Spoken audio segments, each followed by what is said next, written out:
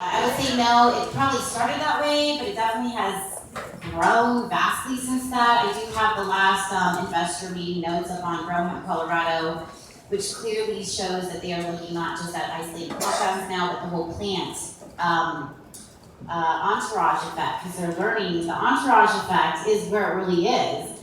And that concerns me. That's why if we do not protect our naturally occurring cannabinoids, compounds, and derivatives from all parts of the industrial hemp plant, this whole part of our industry is gone.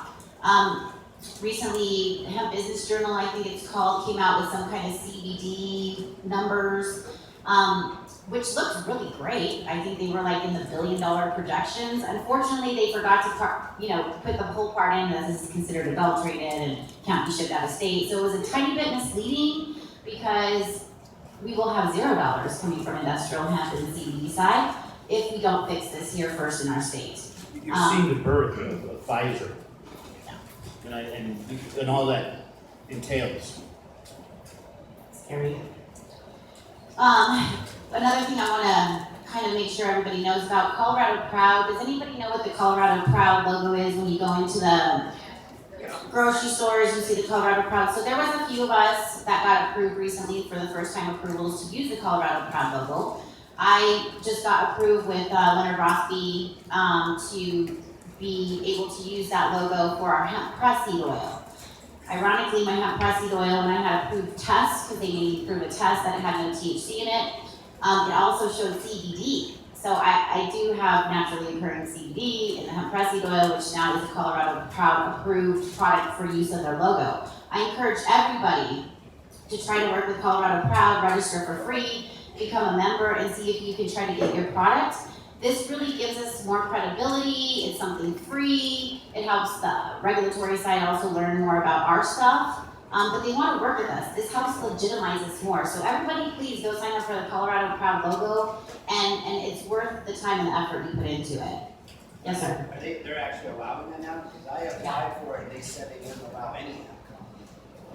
Yes, and that just goes to kind of show you how much progress, and really I have to give credit to the CDA for that, because they do a lot of battling on our behalf, and they are the ones who push that forward to really get Colorado Proud to consider our products. They are trying to figure out about like flower, not F-L-O-U-R, F-L-O-W-E-R, parts of the plant, to see if that's okay. So I think if we have an opportunity to work with these options, we should do it now, especially if they open the door for us, and like let's just floodgate them with all of our apps and all of our hemp products so we can all have the logo on our products. So, yes, sir. Oh, sorry, I thought you were raising your hands.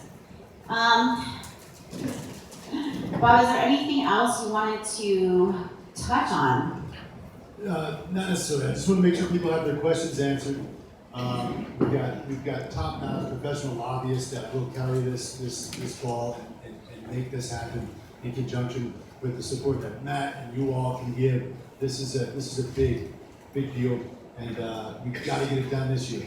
The only other thing that we haven't necessarily talked about, although I'm not so sure it does us any good because it'll just fire us up, and that's the issue of the marijuana industry, which has really been the primary opposition to the hemp industry, because they feel as if the hemp industry has a leg up, so to speak, because they can sell, you all can sell, we can sell these CBD and hemp products without the seed-to-sale tracking system, without the taxation levels, etc. In other words, they've been trying to get themselves to corner that market. We were successful last session, again, having all of these pieces of legislation and these efforts literally nipped in the bud, but that was because of these exact lobbyists. So we need to keep them involved. The industry needs to have a voice. We need to act like grown-ups. We need to anticipate what these things are going to be and start to follow GMP practices across the board. When you say there's no regulations on things, there are regulations. There are FDA regulations. And you say, but Hoban, the FDA regulations don't apply to us. I'll be damned, they do. They apply to you squarely. This is a dietary supplement right now, despite what the FDA says prematurely. So you have to follow those standards if you want to be treated properly in this industry. So, with groups like you all and with Grow Hemp Colorado, there's only a bright future just we have to be protective, we have to look over our shoulder, and we have to stand together because this is the only way it's anything's gonna get done. Absolutely, so I definitely reiterate what Bob said, and anyone who's never done legislative session, it's a nightmare completely. It's very painful to go through, but that's why it's so essential that we have, like, the 4 lobbyists that maybe wouldn't always even work together, working together on our behalf as a united front. When Matt worked on Bill 196, or essentially got that passed, he self-funded that bill. I think it was like $250,000 or something in lobbying money he paid on our behalf, and never asked for anything back to get Bill 196 passed. So for me, 80,000, I feel like we've negotiated the best deal for the 4 lobbyists. There may come a point where we do need to go down to the Capitol and testify. So what is the next steps? The next steps is we are going to lock down this bill language, and it will become public information. It will be posted on his site, my site. Hopefully you guys all post it on your website, send it out to your friends. You're signed up for our newsletters on National Hemp Association, Bob's and mine also, because this will enable you access to that bill. Once that bill language is in, we have a sponsor for the bill. Most likely could be Vicki Marble. She was a sponsor on our bill for 196. That still has not been determined.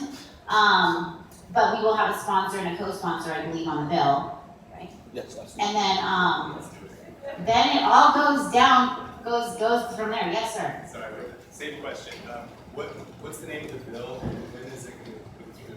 Kind of keep it on the radar. Yeah. So the Colorado legislative session, this is not common knowledge for everybody. It doesn't even start till January, and it ends the first week of May roughly. So the excuse me, the sponsors, the title, the precise language that would be available on the legislature website, none of that is going to happen until January.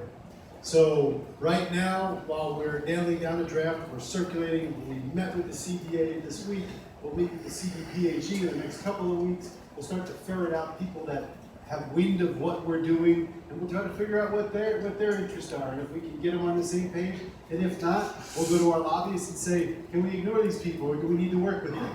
Stakeholders. So this is where we are, and nothing is going to happen formally in that respect until January. But that doesn't mean that the language won't be available and available for discussion, and that we're not building. We need to get the lobbyists engaged immediately. They don't just work during the legislature, they work now. They've been working now to build this coalition, to build this team, and to figure out who's opposed to us. Because there's gonna be somebody we're not thinking of that doesn't want us to do what we're doing, and we just haven't identified it yet. And that's what we need to do. Is there a name for the bill or a number? 196? That's the bill that passed, so that'll all come out later. But to Bob's point, I guess I'll be the dick up here, but we have to be unified. So that means that on my end, if I'm participating with my money, after we have all these meetings, I don't want 2 sniveling little guys running off and putting together, saying that they were the only voice of reason that didn't like this legislation that we were proposing. They wanted it to go a different direction. If there's somebody that's got that damn voice, they need to speak now. Now. Yeah, and anyone who chose not to be here, I don't know what to say. Yes. For me, it just depends on this amended definition of industrial. Say that one more time, I couldn't hear you. For me, it just depends on this amended definition of industrial. Grant, let me find it and I'll read it to you, but the idea is we're not changing anything, we're simply adding the fact that it includes all parts of the plant. Literally, I think it reads, we're including all parts of the plant and not limited to, but also including naturally occurring cannabinoids. I mean, literally, the definition right now seems to say that, but it doesn't knock you over the head that it includes all parts of the plant. What's the definition that concerns you? So Why? the gotta have it definition, I think, was on Samantha Walsh's page. Yeah, well, she didn't give the definition, that's why I asked. Oh, there wasn't a definition on her page? The answer is this, I guess the answer was the definition hasn't been, okay, so. No, But do you like that definition that Bob said? Well, no, so I'll answer your question, because I apologize for everybody who disagrees with this, but it's the truth. The way that the definition is currently written is, if a plant tests under 0.3%, it is defined as industrial. The truth of the matter is, you could grow marijuana under that definition harvest it at a certain time, and then call it industrial hemp. So what is actually allowed to happen over the last couple of years is people doing just that. Growing what they know is a marijuana plant, harvesting it before it goes hot, and then calling it industrial hemp. Right, we're not addressing that in this legislative bill whatsoever, at all. If you wanna address that in rulemaking, we can discuss that at the next meeting, but this has absolutely nothing to do with redefining industrial hemp definition according to 64. If it does, it will only change the Industrial Hemp Act definition by simply adding the word like stock and brewed, further defining it in the Industrial Hemp Act, but not Amendment 64. I know where you're going with that, and that's a very good point, it's a very valid point, but Yeah. so going back to the legislative process and how this goes, we have to be very, very careful with the things that we bring up. Because it's very easy sometimes, and I've shot myself in the foot a bunch of times on the marijuana side on this, where I come up with something, a definition, the meaning of the word but. All these little nuances where I think that I'm trying to carry a bill or have my lobbyist promote something and going one direction, and suddenly it splinters off because that little nuance or that little subject matter that I brought up suddenly opens it up to where all of a sudden, instead of focusing on the legislation at hand, they're like, holy crap, they're right, it can be marijuana, we should focus on marijuana. Then everything we work at gets going to try to hold the dike, making sure that we're not getting lumped into something. Because the marijuana guys are on this, they're on you guys, they're on us. They don't like what they see going on here because they're not free market guys. And they have a lot of capital that they can expend, and they're getting a lot of political heat down at the Capitol now too. So we have to be very, very careful and unified with what we bring up. And that's the difference, I mean, with at least SB 196, which is one of the things that was so great about it, was it's different when you go in front of legislators and you have an industry, a majority of the industry, certainly it's never gonna be unanimous, but when you have a majority of people saying, this is what we want, this is what we think is good, then it makes the legislators a lot easier to say, okay, I'm working on behalf of a group of people, as opposed to several special interests. The reason the marijuana industry had such terrible regulations that got pushed through is because certain individuals with a lot of capital were able to push things through because everybody else was working. They didn't realize they had to go down there. They didn't think they were going to go to bed on Friday night and wake up Monday and realize all of a sudden they had to find a new partner because they were going to be illegal. So it's very important that we all stay unified. We can have our little discussions and little fights amongst ourselves out here, but when we go to the Capitol, we really, really, really have to be cognitive of the legislation that we're trying to promote. Because I'm telling you, like for instance, what you suggested, that little thing gives opposition, it gives other people an inroad where they can turn the bill and turn it into something completely different. And that's all. And that doesn't mean that you shouldn't say it, and it doesn't mean you shouldn't bring it up. I'm just... Well, and so the reason I asked too is Senator Sonnenberg is totally on board with this. For anybody who's not familiar with Senator Sonnenberg, he is the head of the agriculture committee in the Senate. He's on board with it. He's not on board with amending the definition of industrial hemp without it being amended so that it's genetically correct. So you may get I can address it spot on, Craig, because I have it right in front of me. We don't change the definition of industrial hemp at all. And in fact, frankly, legislation rarely ever reflects science, and to insist upon the two being on the same page is a terrible mistake. Because while you're significantly trained and extremely smart on these issues, insisting that legislation encompass scientific issues is a terrible mistake. It never worked. It's never worked in the history of humankind. But what we do here is we amend the definition of industrial hemp product to say this.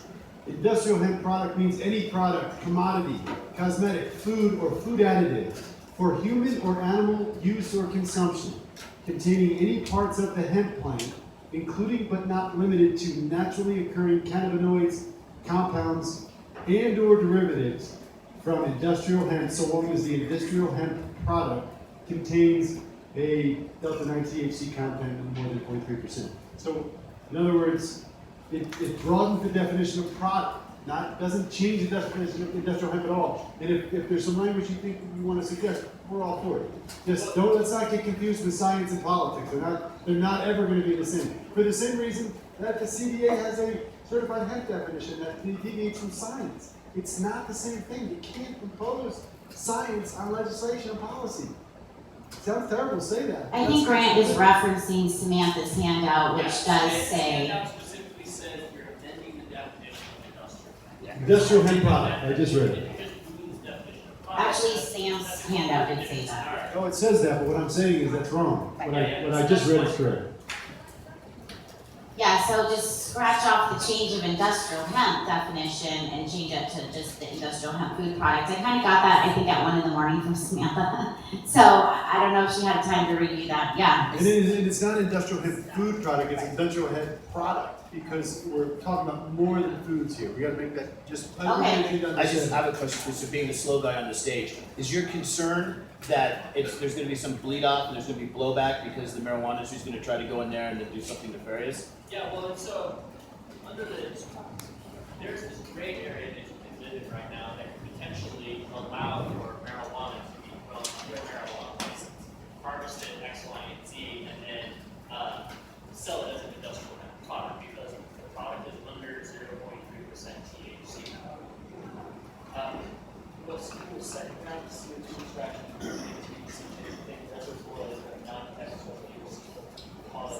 I think this is an issue Hang on, hold that, on, 'cause I still wanna get on the rabbit hole. Well, so if we're not amending the definition of industrial hemp, then this definition is fine by me, because it totally, if we're just amending the definition, then we might as well make the definition correct. We're not amending it. Well, so I wanna, just so I understand this, because again, I went to public school, so here's how it goes.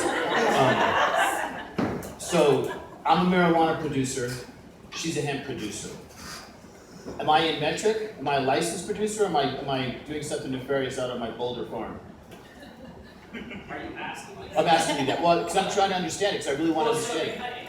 So if I'm licensed and I'm in metric, I'm in the system, and if I try to pull that password, there's a whole host of red flags that are gonna come up. So it probably is gonna mean that I'm trying to figure out some way to be able to get marijuana put into the system, right? Yeah, so if we're worried about adjusting the definition, then there's a potential problem. If we're not worried about amending it, then I have no issue. Okay, because I just wanted to, because, you know, again, don't start throwing cups at me, but, so what he's talked about was science, right? I mean, he's absolutely correct. You should hear that. If it says 3%, it's under 3%, it's under 3%. They're not gonna talk about whether it's marijuana, because it's not marijuana to them unless it's in the metric system. So if that was to occur, I don't see how the crossover is going to take effect unless they're a licensed facility who's trying to take product and produce it in some nefarious manner and then bring it in. Otherwise, they're just gonna say it's under 3%, so it's not marijuana. They'd have to have some type of genetic sequenced seed bank to be able to identify that. I know where you're going, and I agree, we have to be careful and very vigilant to make sure people aren't doing nefarious stuff, but the legislators, and I think the police themselves, it's under 3%, right? 0.3. And just to be absolutely clear, the definition of industrial hemp is not suggested to be changed. If that ever comes up, you'll be the first person I call, I promise you. What did the senator say? Was that his concern too, or? I don't know if Grant, you wanna actually represent Senator Sonderberg in public, I whenever. certainly do not want to represent the soccer, but he's very open. He understands the concept. He is on board that if it's going to be changed, if the definition is going to be changed, it should be amended to make it so that it's accurate representation of the can itself. But he's on board and he wants to help, especially with this food bill. He totally wants to help. He's going to be the first person I go to if we get it. When we get the bill to say, hey, here's what we want. Well, good job, thanks for the networking and support, that's really big, that's big. You appointed Bob and I, so we should take him pretty awesome. Yeah, we definitely will, we need all the senators' helps, yes, sir. Okay, so you brought up a different question for me during the Yeah, yeah. entertained. So as far as like, if a producer were to make a product and then try to sell to MIT or something like that, is that addressed? Is that currently blocked off by other marijuana regulation? Like, I think that's like, right? We're not trying to address that here because we don't want to change the marijuana code. We don't want to touch the marijuana code at all. But that is a permissible practice. Right, and the marijuana licensees, they're not allowed to carry anything but marijuana products. Med has not come out with any official position, you could say, regarding industrial hemp products. There's been a lot of back and forth on that, but that's not being addressed. We're just trying to, like, get corn and carrots treated like corn and carrots. I mean, if I'm a hemp farmer, I wanna be able to use all parts of my plant and every part of my byproduct legally, so, you know, just like carrots, they don't say you can grow carrots, but you cannot benefit or use your beta carotene, like that's delusional. Narrowly focused legislation designed for a specific purpose. Think of it like a beachhead, right? You gotta get on the beach in Normandy before we get into Germany. This is where we're at. We all know where we wanna go, and then we can. I'm fully behind you, I'm not gonna question anything, I'm trying to. Well, no, you should question. Yeah, no, it's Question. Yeah, question. Please ask, yes, you too, one at a time. I'm first. Okay, so will this definition cover any, that were moved in from out of the country as well? Everything falls in the same heading? Well, Well, the answer is yes. The answer is yes. Hemp-derived products, international or domestically produced, all fall under this industrial hemp food definition. It doesn't specify. For the it state has of to come out Colorado. One place or another. Okay, and you know, I'm Pamela with the Short. So, you know, where will we find this definition? On the open website? where will we find the definition? We have some tweaking to do before we publish the whole piece. But what I'm gonna do right now, and I wanna encourage everyone to go like the Hogan Law Group Facebook page. I'm gonna post it right now. Woo! Live tweets. Yay! Yeah, so there will be, hopefully NHA will also have it posted, Grow Hemp Colorado will have it posted. You guys, please repost, share it with all your friends here in the state and other states. We want other states, it's imperative not just to get it passed here, but it's imperative other states adopt this language. And to have this conversation, just like this gentleman brought up out there. I mean, this stuff's important to be able to bring out now as opposed to later on when somebody should have said something and they didn't say something because they felt like they couldn't. Yes, sir.